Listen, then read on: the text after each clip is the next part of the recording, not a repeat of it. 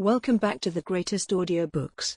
You're listening to The Red-Headed League by Sir Arthur Conan Doyle, one of the most iconic short stories from the adventures of Sherlock Holmes. In this second part, Sherlock Holmes begins to unravel the mystery behind the bizarre job advertisement and Mr. Wilson's sudden dismissal. Pay close attention, every detail may hold a clue. Let's return to Baker Street and follow the footsteps of the great detective. Part 2. The Red-Headed League. I had called upon my friend, Mr. Sherlock Holmes, one day in the autumn of last year and found him in deep conversation with a very stout, florid-faced, elderly gentleman with fiery red hair. With an apology for my intrusion, I was about to withdraw when Holmes pulled me abruptly into the room and closed the door behind me. "You could not possibly have come at a better time, my dear Watson," he said cordially. "I was afraid that you were engaged." "So I am. Very much so." "Then I can wait in the next room." "Not at all. This gentleman, Mr. Wilson, has been my partner and helper in many of my most successful cases, and I have no doubt that he will be of the utmost use to me and yours also." The stout gentleman half rose from his chair and gave a bob of greeting, with a quick little questioning glance from his small fat encircled eyes. "Try the settee," said Holmes, relapsing into his armchair and putting his fingertips together, as was his custom when in judicial moods. "I know, my dear Watson, that you share my love of all that is bizarre and outside the conventions and humdrum routine of everyday life. You have shown your relish for it by the enthusiasm which has prompted you to chronicle, and, if you will excuse my saying so, somewhat to embellish so many of my own little adventures. Your cases have indeed been of the greatest interest to me," I observed. "You will remember that I remarked the other day, just before we went into the very simple problem presented by Miss Mary Sutherland, that for strange effects and extraordinary combinations we must go to life itself, which is always far more daring than any effort of the imagination. A proposition which I took the liberty of doubting." "You did, Doctor, but none the less you must come round to my view, for otherwise I shall keep on piling fact upon fact on you until your reason breaks down under them and acknowledges me to be right.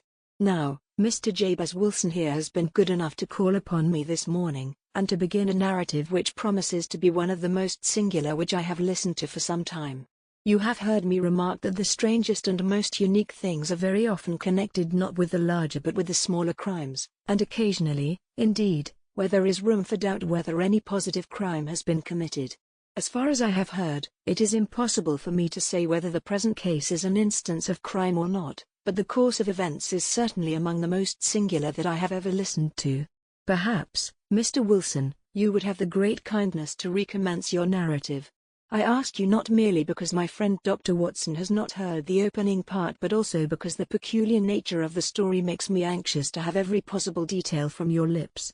As a rule, when I have heard some slight indication of the course of events, I am able to guide myself by the thousands of other similar cases which occur to my memory. In the present instance I am forced to admit that the facts are, to the best of my belief, unique." The portly client puffed out his chest with an appearance of some little pride and pulled a dirty and wrinkled newspaper from the inside pocket of his greatcoat. As he glanced down the advertisement column, with his head thrust forward and the paper flattened out upon his knee, I took a good look at the man and endeavored, after the fashion of my companion, to read the indications which might be presented by his dress or appearance. I did not gain very much, however, by my inspection. Our visitor bore every mark of being an average commonplace British tradesman, obese, pompous, and slow. He wore rather baggy grey shepherd's check trousers, a not over-clean black frock coat, unbuttoned in the front, and a drab waistcoat with a heavy brassy Albert chain, and a square-pierced bit of metal dangling down as an ornament. A frayed top hat and a faded brown overcoat with a wrinkled velvet collar lay upon a chair beside him. Altogether, look as I would, there was nothing remarkable about the man save his blazing red head, and the expression of extreme chagrin and discontent upon his features.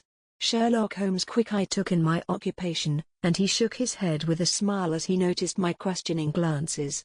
Beyond the obvious facts that he has at some time done manual labor, that he takes snuff, that he is a Freemason, that he has been in China, and that he has done a considerable amount of writing lately, I can deduce nothing else.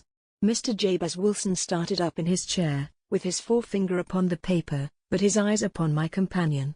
"How, in the name of good fortune, did you know all that, Mr. Holmes?" he asked. "How did you know, for example, that I did manual labor?" "It's as true as gospel, for I began as a ship's carpenter. Your hands, my dear sir. Your right hand is quite a size larger than your left. You have worked with it, and the muscles are more developed. Well, the snuff, then, and the Freemasonry? I won't insult your intelligence by telling you how I read that, especially as, rather against the strict rules of your order, you use an arc and compass breastpin. Ah, of course, I forgot that. But the writing? What else can be indicated by that right cuff so very shiny for 5 inches, and the left one with the smooth patch near the elbow where you rest it upon the desk? Well, but China. The fish that you have tattooed immediately above your right wrist could only have been done in China. I have made a small study of tattoo marks and have even contributed to the literature of the subject. That trick of staining the fish's scales of a delicate pink is quite peculiar to China. When, in addition, I see a Chinese coin hanging from your watch chain, the matter becomes even more simple. Mr. Jabez Wilson laughed heavily. Well, I never, said he. I thought at first that you had done something clever, but I see that there was nothing in it after all. I begin to think, Watson, said Holmes, that I make a mistake in explaining. Omne ignotium pro magnifico, you know, and my poor little reputation, such as it is, will suffer shipwreck if I am so candid. Can you not find the advertisement, Mr. Wilson?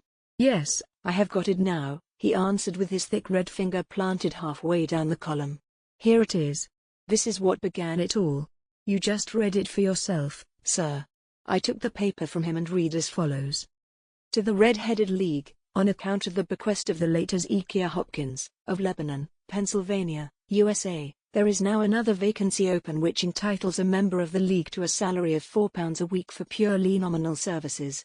All red-headed men who are sound in body and mind and above the age of 21 years, are eligible. Apply in person on Monday, at 11 o'clock, to Duncan Ross, at the offices of the League, 7 Pope's Court, Fleet Street. What on earth does this mean?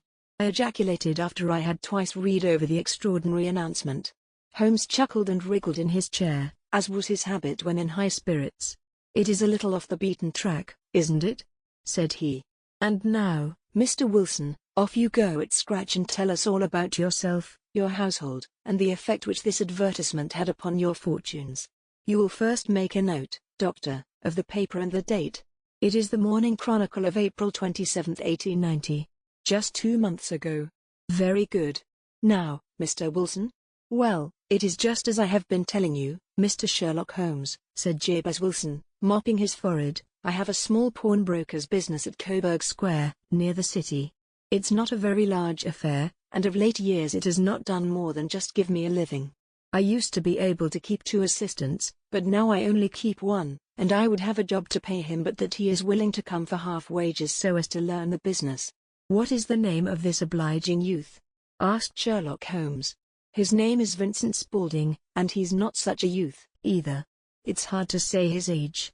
I should not wish a smarter assistant, Mr. Holmes, and I know very well that he could better himself and earn twice what I am able to give him. But, after all, if he is satisfied, why should I put ideas in his head? Why, indeed? You seem most fortunate in having an employé who comes under the full market price. It is not a common experience among employers in this age. I don't know that your assistant is not as remarkable as your advertisement. Oh, he has his faults, too, said Mr. Wilson. Never was such a fellow for photography. Snapping away with a camera when he ought to be improving his mind, and then diving down into the cellar like a rabbit into its hole to develop his pictures. That is his main fault, but on the whole he's a good worker. There's no vice in him. He is still with you, I presume? Yes, sir. He and a girl of 14, who does a bit of simple cooking and keeps the place clean. That's all I have in the house, for I am a widower and never had any family. We live very quietly, sir, the 3 of us, and we keep a roof over our heads and pay our debts, if we do nothing more. The first thing that put us out was that advertisement. Spaulding, he came down into the office just this day 8 weeks, with this very paper in his hand, and he says, I wish to the Lord, Mr. Wilson, that I was a red-headed man. Why that? I asks. Why, says he, here's another vacancy on the League of the Red-Headed Men. It's worth quite a little fortune to any man who gets it, and I understand that there are more vacancies than there are men, so that the trustees are at their wits' end what to do with the money. If my hair would only change color, Here's a nice little crib all ready for me to step into." "Why, what is it, "Then?" I asked.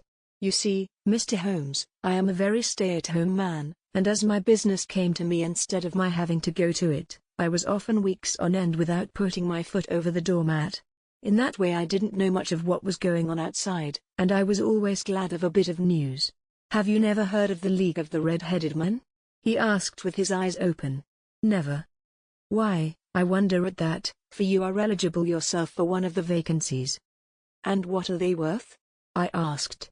"Oh, merely a couple of hundred a year, but the work is slight, and it need not interfere very much with one's other occupations." "Well, you can easily think that made me prick up my ears, for the business has not been over good for some years, and an extra couple of hundred would have been very handy." "Tell me all about it," said I. "Well," said he, showing me the advertisement, "you can see for yourself that the League has a vacancy, and there is the address where you should apply for particulars. As far as I can make out, the League was founded by an American millionaire, Ezekiel Hopkins, who was very peculiar in his ways. He was himself red-headed, and he had a great sympathy for all red-headed men. So, when he died, it was found that he had left his enormous fortune in the hands of trustees, with instructions to apply the interest to the providing of easy berths to men whose hair is of that color. From all I hear it is splendid pay and very little to do." "But," said I, "there would be millions of red-headed men who would apply." "Not so many as you might think," he answered. "You see, it is really confined to Londoners, and to grown men. This American had started from London when he was young, and he wanted to do the old town a good turn. Then, again, I have heard it is no use your applying if your hair is light red, or dark red, or anything but real bright, blazing, fiery red. Now, if you cared to apply, Mr. Wilson, you would just walk in, but perhaps it would hardly be worth your while to put yourself out of the way for the sake of a few £100. Now, it is a fact, gentlemen, as you may see for yourselves, that my hair is of a very full and rich tint, so that it seemed to me that if there was to be any competition in the matter I stood as good a chance as any man that I had ever met. Vincent Spaulding seemed to know so much about it that I thought he might prove useful, so I just ordered him to put up the shutters for the day and to come right away with me.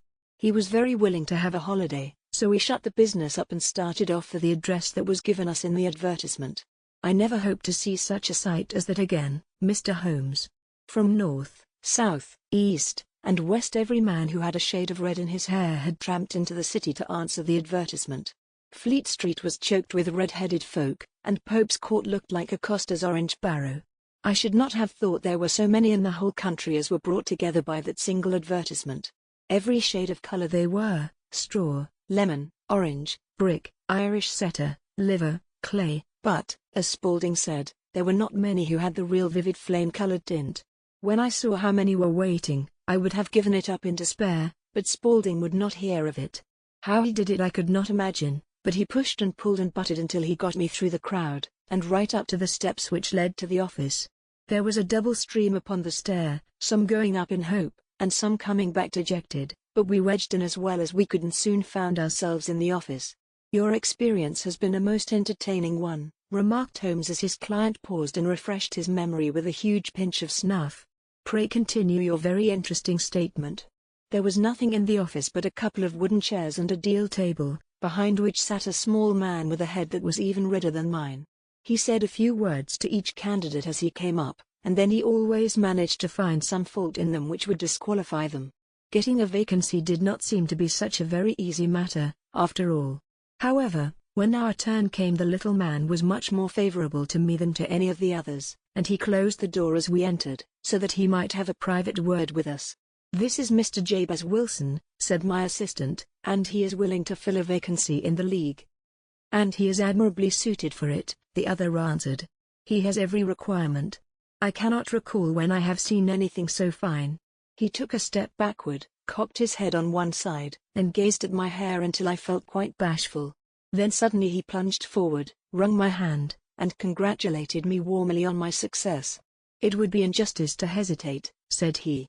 "You will, however, I am sure, excuse me for taking an obvious precaution." With that he seized my hair in both his hands, and tugged until I yelled with the pain. "There is water in your eyes," said he as he released me. "I perceive that all is as it should be. But we have to be careful, for we have twice been deceived by wigs and once by paint.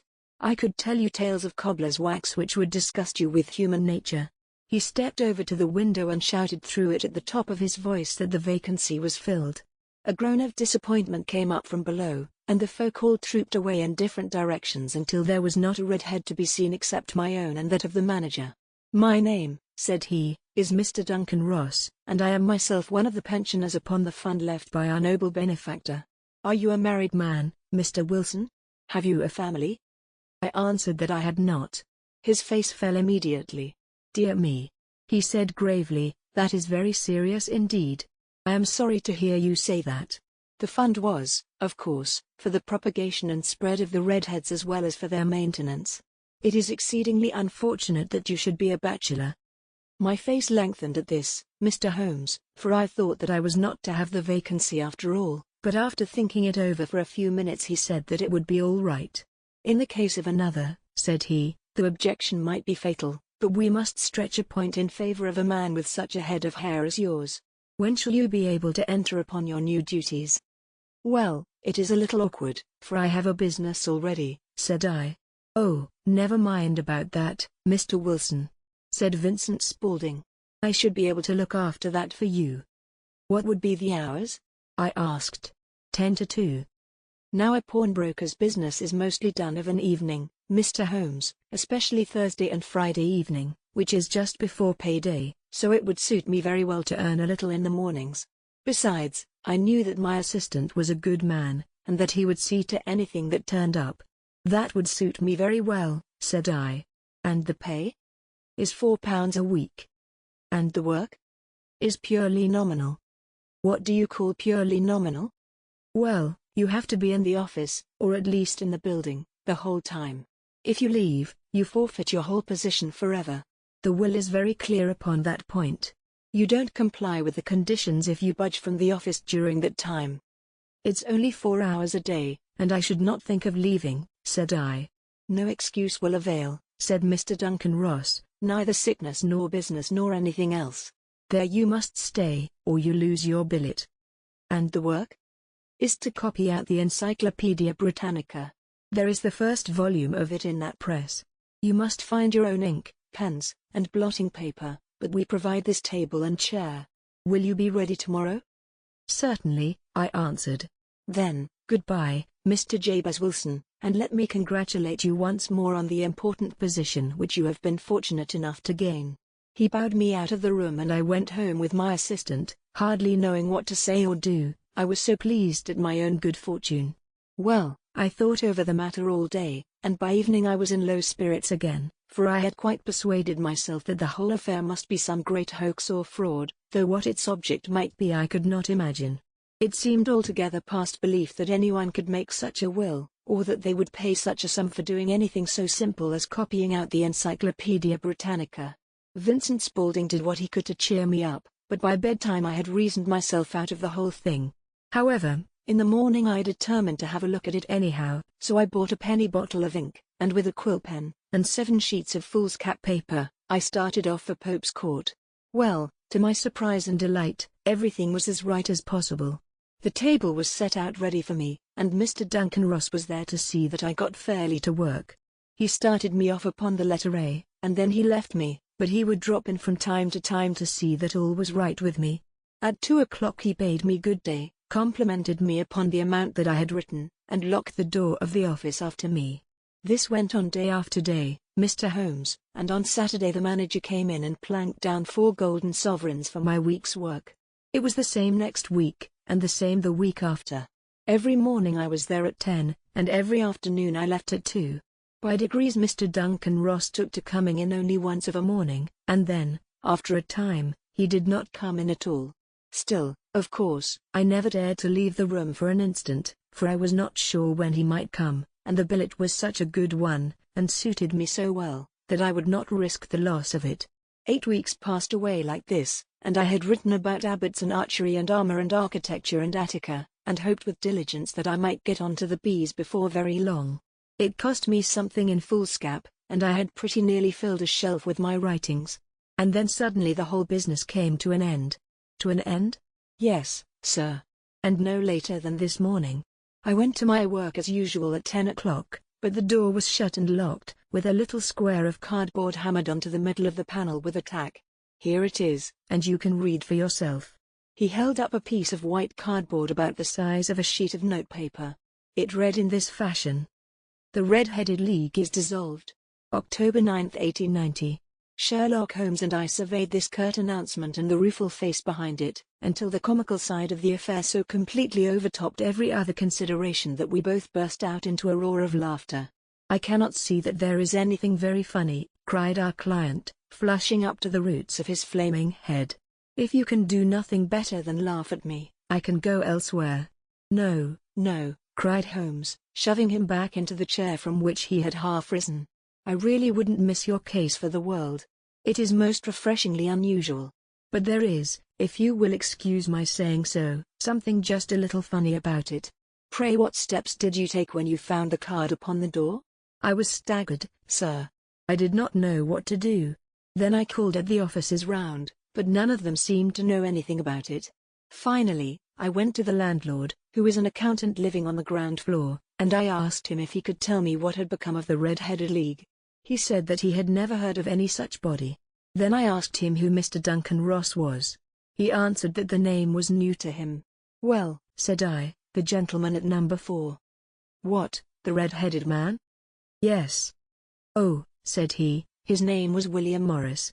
He was a solicitor and was using my room as a temporary convenience until his new premises were ready. He moved out yesterday." "Where could I find him?" "Oh, at his new offices. He did tell me the address." "Yes, 17 King Edward Street, near St. Paul's." I started off, Mr. Holmes, but when I got to that address it was a manufactory of artificial kneecaps, and no one in it had ever heard of either Mr. William Morris or Mr. Duncan Ross. "And what did you do then?" asked Holmes. "I went home to Saxe-Coburg Square, and I took the advice of my assistant. But he could not help me in any way. He could only say that if I waited I should hear by post. But that was not quite good enough, Mr. Holmes. I did not wish to lose such a place without a struggle, so, as I had heard that you were good enough to give advice to poor folk who were in need of it, I came right away to you." "And you did very wisely," said Holmes. "Your case is an exceedingly remarkable one, and I shall be happy to look into it. From what you have told me I think that it is possible that graver issues hang from it than might at first sight appear." "Grave enough," said Mr. Jabez Wilson. "Why, I have lost £4 a week." "As far as you are personally concerned," remarked Holmes, "I do not see that you have any grievance against this extraordinary league. On the contrary, you are, as I understand, richer by some £30, to say nothing of the minute knowledge which you have gained on every subject which comes under the letter A. You have lost nothing by them." "No, sir. But I want to find out about them, and who they are, and what their object was in playing this prank, if it was a prank, upon me. It was a pretty expensive joke for them, for it cost them £32. We shall endeavour to clear up these points for you. And, first, 1 or 2 questions, Mr. Wilson. This assistant of yours who first called your attention to the advertisement, how long had he been with you?" "About a month then." "How did he come?" "In answer to an advertisement." "Was he the only applicant?" "No, I had a dozen." "Why did you pick him?" "Because he was handy and would come cheap. At half wages, in fact." "Yes. What is he like, this Vincent Spaulding?" "Small, stout-built, very quick in his ways, no hair on his face, though he's not short of 30. Has a white splash of acid upon his forehead." Holmes sat up in his chair in considerable excitement. "I thought as much," said he. "Have you ever observed that his ears are pierced for earrings?" "Yes, sir. He told me that a gypsy had done it for him when he was a lad." Said Holmes, sinking back in deep thought. "He is still with you?" "Oh, yes, sir, I have only just left him." "And has your business been attended to in your absence?" "Nothing to complain of, sir. There's never very much to do of a morning." "That will do, Mr. Wilson. I shall be happy to give you an opinion upon the subject in the course of a day or 2. Today is Saturday, and I hope that by Monday we may come to a conclusion." "Well, Watson," said Holmes when our visitor had left us, "what do you make of it all?" "I make nothing of it," I answered frankly. "It is a most mysterious business." "As a rule," said Holmes, "the more bizarre a thing is the less mysterious it proves to be. It is your commonplace, featureless crimes which are really puzzling, just as a commonplace face is the most difficult to identify. But I must be prompt over this matter. What are you going to do, then? I asked. To smoke, he answered. It is quite a three-pipe problem, and I beg that you won't speak to me for 50 minutes.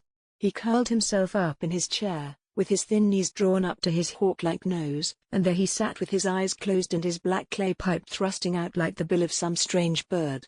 I had come to the conclusion that he had dropped asleep, and indeed was nodding myself, when he suddenly sprang out of his chair with the gesture of a man who has made up his mind and put his pipe down upon the mantelpiece.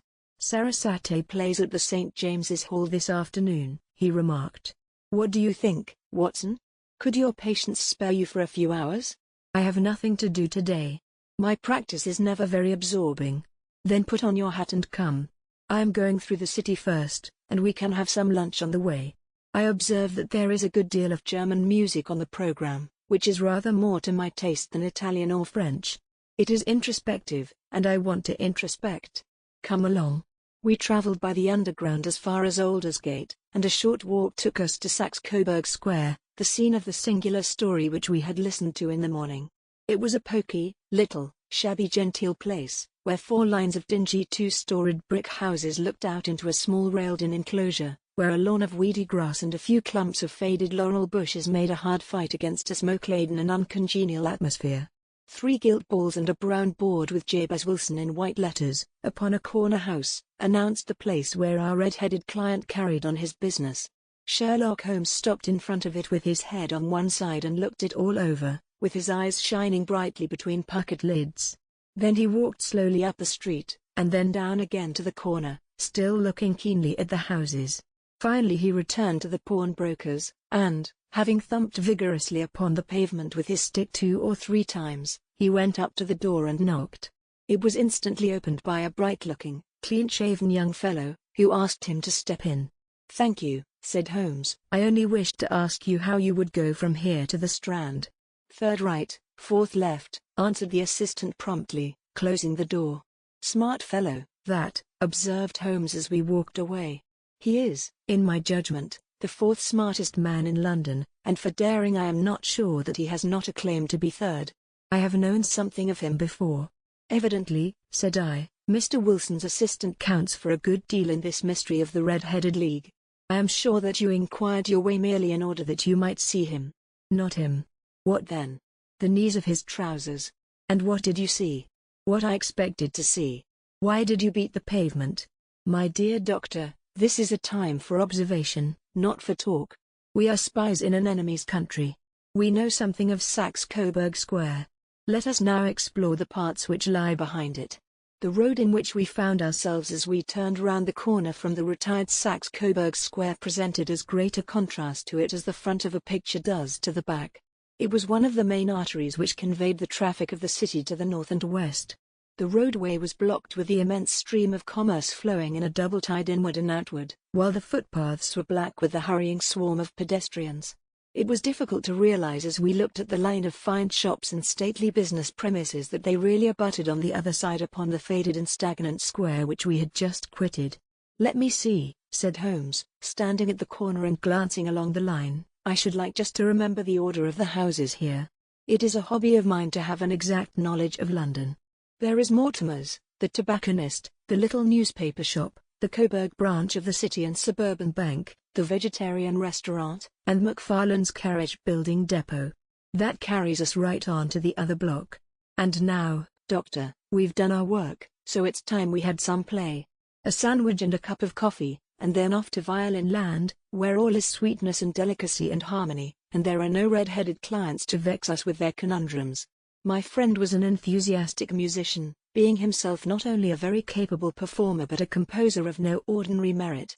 All the afternoon he sat in the stalls wrapped in the most perfect happiness, gently waving his long, thin fingers in time to the music, while his gently smiling face and his languid, dreamy eyes were as unlike those of Holmes the sleuth-hound, Holmes the relentless, keen-witted, ready-handed criminal agent, as it was possible to conceive.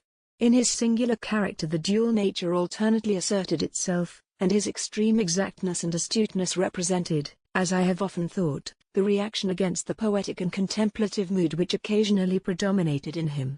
The swing of his nature took him from extreme languor to devouring energy, and, as I knew well, he was never so truly formidable as when, for days on end, he had been lounging in his armchair amid his improvisations and his black-letter editions.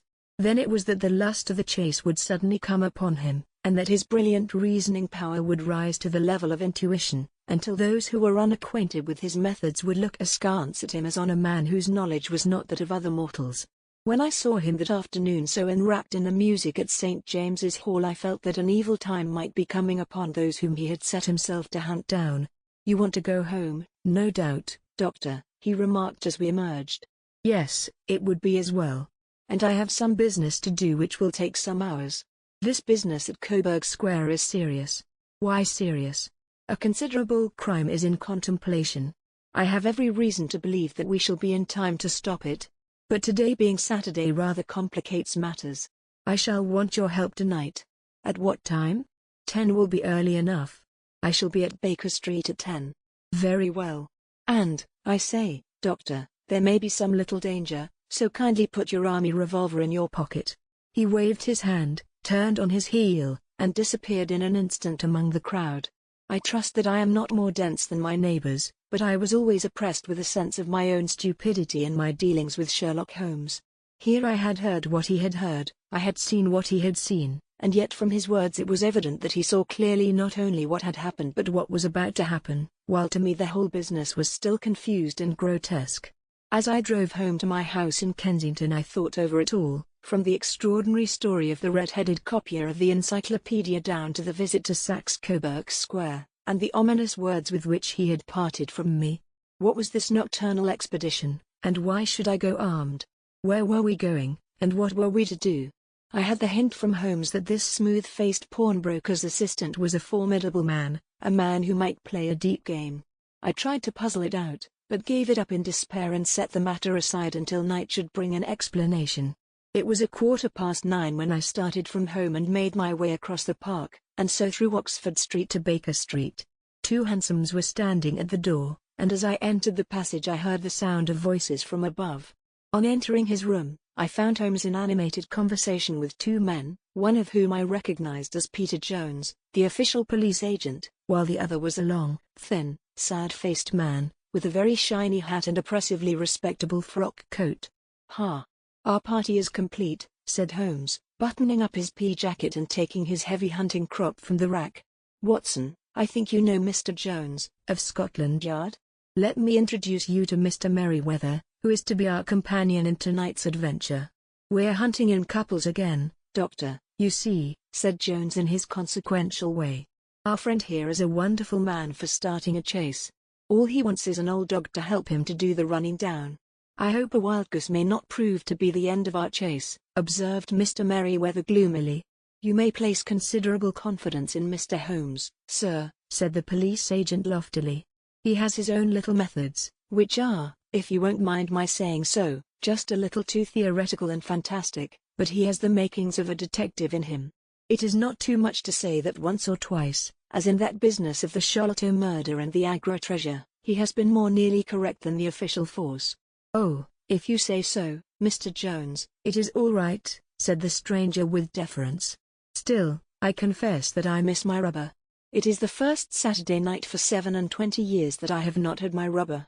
"I think you will find," said Sherlock Holmes, "that you will play for a higher stake tonight than you have ever done yet, and that the play will be more exciting. For you, Mr. Merriweather, the stake will be some £30,000, and for you, Jones, it will be the man upon whom you wish to lay your hands.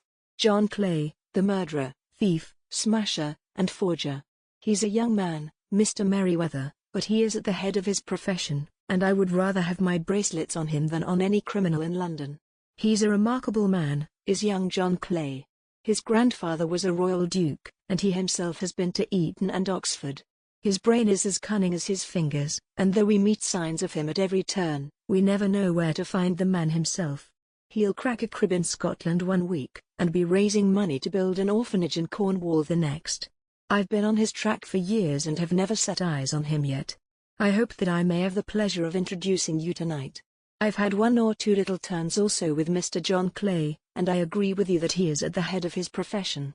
It is past 10, however, and quite time that we started. If you two will take the first hansom, Watson and I will follow in the second." Sherlock Holmes was not very communicative during the long drive and lay back in the cab humming the tunes which he had heard in the afternoon. We rattled through an endless labyrinth of gaslit streets until we emerged into Farrington Street. "We are close there now," my friend remarked. "This fellow Merryweather is a bank director, and personally interested in the matter. I thought it as well to have Jones with us also. He is not a bad fellow, though an absolute imbecile in his profession. He has one positive virtue. He is as brave as a bulldog and as tenacious as a lobster if he gets his claws upon anyone. Here we are, and they are waiting for us." We had reached the same crowded thoroughfare in which we had found ourselves in the morning. Our cabs were dismissed, and, following the guidance of Mr. Merryweather, we passed down a narrow passage and through a side door, which he opened for us. Within there was a small corridor, which ended in a very massive iron gate. This also was opened, and led down a flight of winding stone steps, which terminated at another formidable gate. Mr. Merryweather stopped to light a lantern, and then conducted us down a dark, earth-smelling passage, and so, after opening a third door, into a huge vault or cellar, which was piled all round with crates and massive boxes. "You are not very vulnerable from above," Holmes remarked as he held up the lantern and gazed about him. "Nor from below," said Mr. Merryweather, striking his stick upon the flags which lined the floor. "Why, dear me, it sounds quite hollow," he remarked, looking up in surprise. "I must really ask you to be a little more quiet," said Holmes severely. "You have already imperiled the whole success of our expedition. Might I beg that you would have the goodness to sit down upon one of those boxes, and not to interfere?" The solemn Mr. Merryweather perched himself upon a crate, with a very injured expression upon his face, while Holmes fell upon his knees upon the floor and, with a lantern and a magnifying lens, began to examine minutely the cracks between the stones. A few seconds sufficed to satisfy him, for he sprang to his feet again and put his glass in his pocket. "We have at least an hour before us," he remarked, "for they can hardly take any steps until the good pawnbroker is safely in bed. Then they will not lose a minute, for the sooner they do their work the longer time they will have for their escape.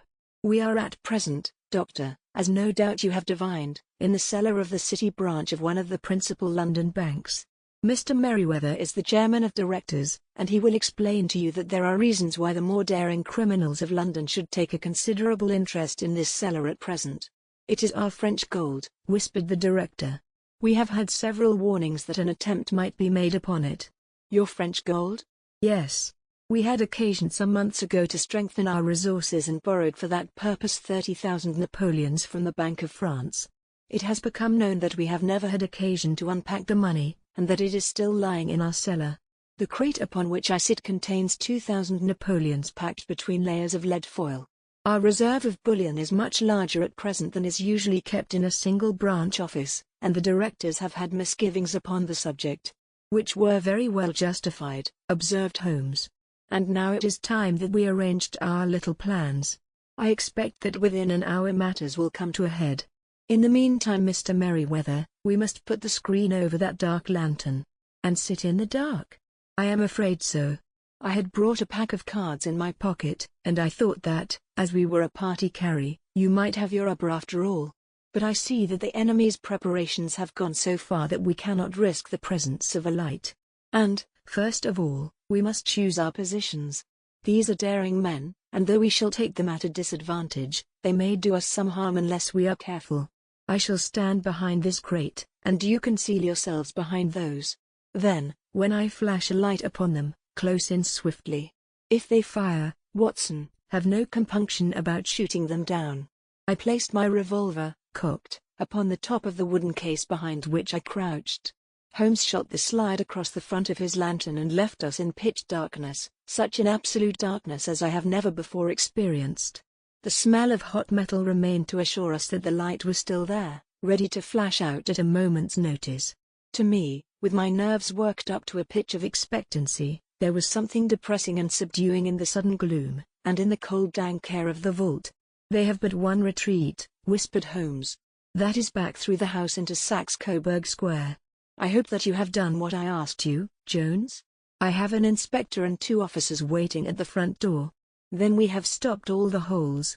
And now we must be silent and wait. What a time it seemed. From comparing notes afterwards, it was but an hour and a quarter, yet it appeared to me that the night must have almost gone, and the dawn be breaking above us. My limbs were weary and stiff, for I feared to change my position, yet my nerves were worked up to the highest pitch of tension, and my hearing was so acute that I could not only hear the gentle breathing of my companions, but I could distinguish the deeper, heavier in-breath of the bulky Jones from the thin, sighing note of the bank director. From my position I could look over the case in the direction of the floor. Suddenly my eyes caught the glint of a light. At first it was but a lurid spark upon the stone pavement. Then it lengthened out until it became a yellow line, and then, without any warning or sound, a gash seemed to open and a hand appeared, a white, almost womanly hand, which felt about in the center of the little area of light. For a minute or more the hand, with its writhing fingers, protruded out of the floor. Then it was withdrawn as suddenly as it appeared, and all was dark again save the single lurid spark which marked a chink between the stones. Its disappearance, however, was but momentary. With a rending, tearing sound, one of the broad, white stones turned over upon its side and left a square, gaping hole, through which streamed the light of a lantern. Over the edge there peeped a clean-cut, boyish face, which looked keenly about it, and then, with a hand on either side of the aperture, drew itself shoulder-high and waist-high, until one knee rested upon the edge.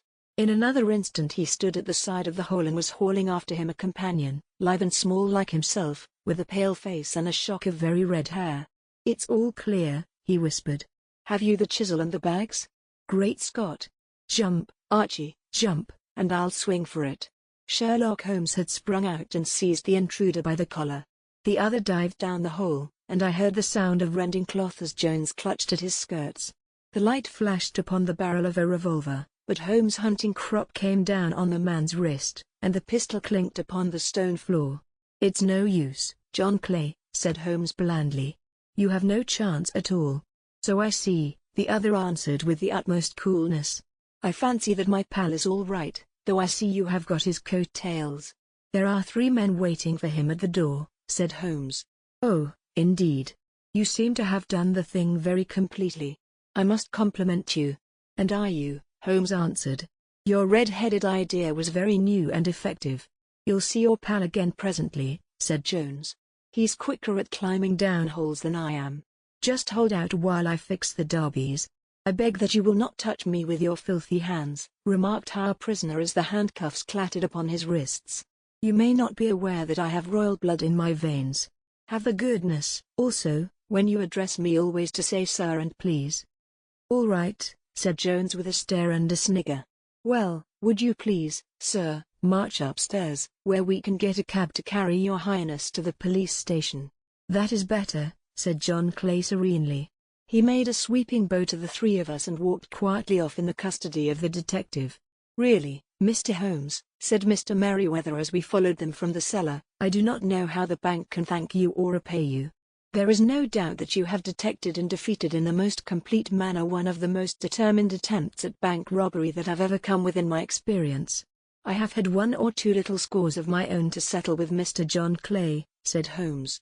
"I have been at some small expense over this matter, which I shall expect the bank to refund, but beyond that I am amply repaid by having had an experience which is in many ways unique, and by hearing the very remarkable narrative of the Red-Headed League. You see, Watson," he explained in the early hours of the morning as we sat over a glass of whiskey and soda in Baker Street, "it was perfectly obvious from the first that the only possible object of this rather fantastic business of the advertisement of the League, and the copying of the encyclopedia, must be to get this not-over-bright pawnbroker out of the way for a number of hours every day. It was a curious way of managing it, but, really, it would be difficult to suggest a better. The method was no doubt suggested to Clay's ingenious mind by the color of his accomplice's hair. The £4 a week was a lure which must draw him, and what was it to them, who were playing for thousands? They put in the advertisement, one rogue has the temporary office, the other rogue incites the man to apply for it, and together they managed to secure his absence every morning in the week. From the time that I heard of the assistant having come for half wages, it was obvious to me that he had some strong motive for securing the situation. But how could you guess what the motive was? Had there been women in the house, I should have suspected a mere vulgar intrigue. That, however, was out of the question. The man's business was a small one, and there was nothing in his house which could account for such elaborate preparations and such an expenditure as they were at. It must, then, be something out of the house. What could it be? I thought of the assistant's fondness for photography, and his trick of vanishing into the cellar. The cellar. There was the end of this tangled clue. Then I made inquiries as to this mysterious assistant and found that I had to deal with one of the coolest and most daring criminals in London. He was doing something in the cellar, something which took many hours a day for months on end. What could it be? Once more, I could think of nothing save that he was running a tunnel to some other building. So far I had got when we went to visit the scene of action. I surprised you by beating upon the pavement with my stick. I was ascertaining whether the cellar stretched out in front or behind. It was not in front. Then I rang the bell, and, as I hoped, the assistant answered it. We have had some skirmishes, but we had never set eyes upon each other before. I hardly looked at his face. His knees were what I wished to see. You must yourself have remarked how worn, wrinkled, and stained they were. They spoke of those hours of burrowing. The only remaining point was what they were burrowing for. I walked round the corner, saw the City and Suburban Bank abutted on our friend's premises, and felt that I had solved my problem. When you drove home after the concert I called upon Scotland Yard and upon the chairman of the bank directors, with the result that you have seen. And how could you tell that they would make their attempt tonight? I asked. Well, when they closed their league offices that was a sign that they cared no longer about Mr. Jabez Wilson's presence, in other words, that they had completed their tunnel. But it was essential that they should use it soon, as it might be discovered, or the bullion might be removed. Saturday would suit them better than any other day, as it would give them 2 days for their escape. For all these reasons I expected them to come tonight. You reasoned it out beautifully, I exclaimed in unfeigned admiration. It is so long a chain, and yet every link rings true. It saved me from ennui, he answered, yawning. Alas! I already feel it closing in upon me. My life is spent in one long effort to escape from the commonplaces of existence. These little problems help me to do so. And you are a benefactor of the race, said I. He shrugged his shoulders. Well, perhaps, after all, it is of some little use, he remarked. L'homme c'est rien, l'œuvre c'est tout, as Gustave Flaubert wrote to George Sand. That brings us to the end of part 2 of the Red-Headed League. The puzzle deepens, and Holmes's suspicions begin to take shape. What lies beneath this strange organization? And what is the true purpose behind it all? Join us in part 3, right here on the greatest audiobooks, as the mystery nears its thrilling climax. Don't forget to follow and stay tuned, Holmes is just getting started. If you're enjoying the journey, don't forget to subscribe to the greatest audiobooks for more timeless classics and captivating stories.